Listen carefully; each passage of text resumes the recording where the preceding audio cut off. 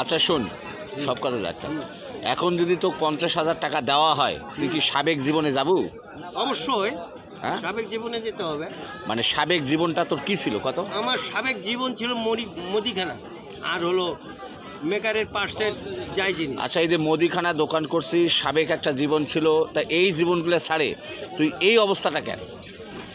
মেলজালি দোকান ছিল। না না, তা এই অবস্থাটা কেন তোর? মেলজালির দোকান ছিল, মুদি দোকান ছিল। হ্যাঁ, তো এই অবস্থাটা কেন তোর? এখান থেকেই তা এখন যদি 50,000 টাকা তোকে দেওয়া হয়, হ্যাঁ সাবেক জীবন গিয়ে তুই ফিরে যাবে পারবো? অবশ্যই আল্লাহ পাকের ঘরে যেতে হবে নামাজের জন্য। যেতে হবে অবশ্যই নামাজের জন্য। সাবেক জীবনে যাবো তাহলে? সাবেক জীবন ফিরে আসতে হবে। 50,000 টাকা হলে হবে? হবে অবশ্যই, বেচা বিক্রি হবে আল্লাহর দরবারে। মানে আগের মতো জীবন যাপন কি শুরু করে পারবো? পারবো।